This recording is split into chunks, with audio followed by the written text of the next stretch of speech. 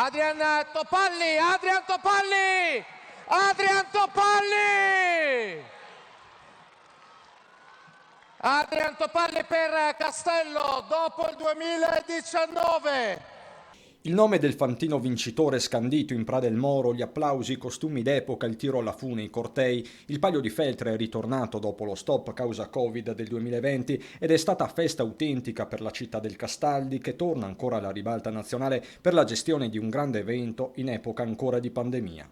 Non era facile organizzare una manifestazione di questa portata con le restrizioni in atto, ma insomma potendo contare su una macchina e una squadra di volontari che supera le 1000 unità, siamo riusciti a far fronte anche alle normative dell'ultimo minuto e a regalare alla città il suo palio.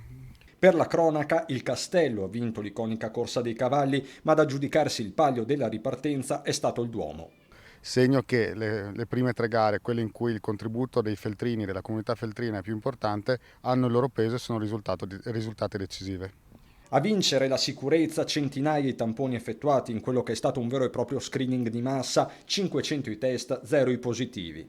Sono stati fatti tantissimi tamponi, per ora abbiamo esiti soltanto negativi e speriamo veramente che con quello che è stato messo in campo si possa dire che la manifestazione sia chiusa, si è fatta, sarà l'unico palio che viene disputato in Italia e è stato fatto però in assoluta sicurezza. Resta l'entusiasmo per un evento ritrovato e che è nel DNA di migliaia di feltrini che sono ritornati così a sentire rullare gli inconfondibili tamburini.